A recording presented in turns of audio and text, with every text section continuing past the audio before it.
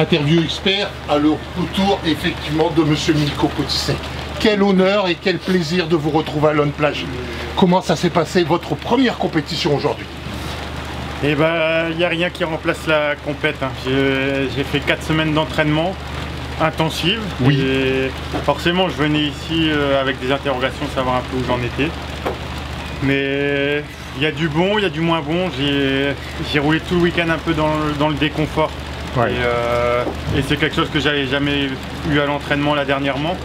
Donc c'est bien, ça remet un peu les choses en place et ça nous montre qu'il n'y a vraiment que la compète où on retrouve ces sensations. Donc non, il y a beaucoup de positifs. Forcément, je voulais plus. Oui. J'ai fait 2 fautes dans chaque manche, mais faut se projeter plus loin et mon but c'est de gagner l'Enduropal du Touquet, c'est pas de gagner le championnat des Hauts-des-Flandres à Loon ce week-end. Donc chacun sa mission. La dernière manche, quand vous passez effectivement de la 3e à la 2e place, quand vous êtes l'un à côté de l'autre en compagnie de Mio, on aurait dû un championnat de France, quoi. Une finale. Ouais. C'était vraiment très intense. Ouais, très intense. Bah, le terrain est petit. On roulait sur le terrain des 80, donc pas beaucoup de place. Donc forcément, il y avait un peu de contact pour doubler. Mais c'est la compète et c'est ce qui me plaît, justement, le contact. Comment on se ressent après ces mois difficiles? Bah, avant tout, ça fait du bien de rouler, de refaire de la compète. C'est vraiment la première fois dans ma carrière où je me pose la question de savoir si j'allais continuer ou pas. Ah bon? Et en fait, bah, il y a eu quand même des belles séquelles à ma chute. Donc, ouais.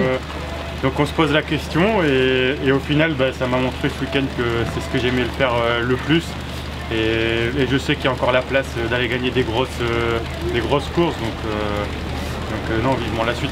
Donc aujourd'hui, avec les fans qui sont derrière vous, avec tous les fans qui vous suivent, on sait que Milko revient encore peut-être plus fort qu'avant.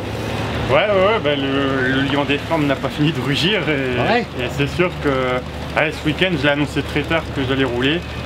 Et bah, d'avoir les gens qui se déplacent pour me voir, c'est vrai que ça fait chaud au cœur et c'est toujours un peu les mêmes. Hein. Donc non, franchement, c'est la team 32, c'est puissant, comme on dit. Isabelle est contente de vous revoir. J'ai eu l'occasion de l'interviewer tout à l'heure. Elle vous prend comme un lion, vraiment. Ouais, mais je suis au MC Littoral depuis une paire d'années et bah, c'est le club qui se bouge le plus et Isabelle est vraiment là pour moi. Donc beaucoup de chance de représenter ce grand club et on n'a pas fini le boulot. La dernière question, Milko. Je vous donne une baguette magique. Qu'est-ce que vous aimeriez pouvoir faire pour la nouvelle saison? Rien, il n'y a pas besoin de baguette magique. Hein. Un vœu. Non, mais il n'y a pas de magie, c'est du travail et c'est ce que je vais mettre en place pour décrocher ma 4e étoile depuis le temps que je la veux, celle-ci. Peut-être encore plus fort qu'avant? Ouais, allez, plus fort, plus vieux, ça c'est sûr.